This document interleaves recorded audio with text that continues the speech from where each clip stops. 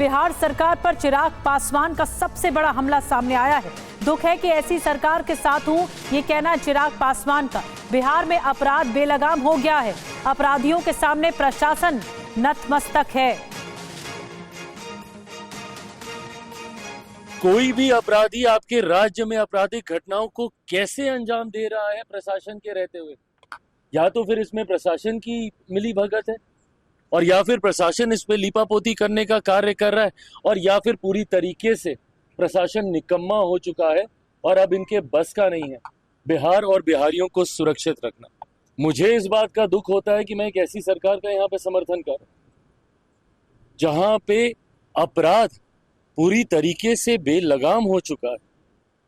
इस पे नियंत्रण पाना जरूरी होगा, नहीं तो इस तरीके से बिहार और बिहारियों की जिंदगी से होता हुआ खिलवाड़ बिहार को बहुत बुरे अंजाम तक लेगा।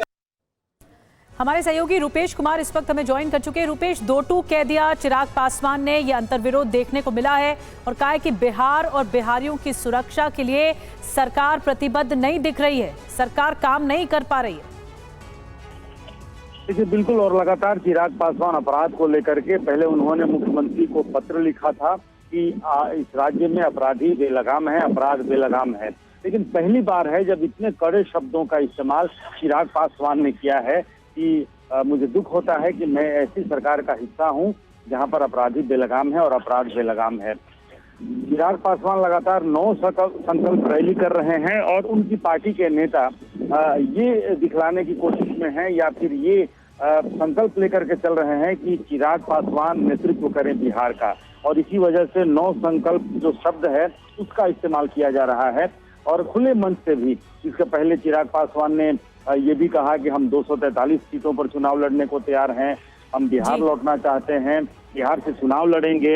यानी कि चिराग पासवान जो केंद्रीय मंत्री हैं इस वक्त, लेकिन उन्होंने खुद ये स्पष्ट कर दिया है कि वो बिहार में चुनाव लड़ेंगे।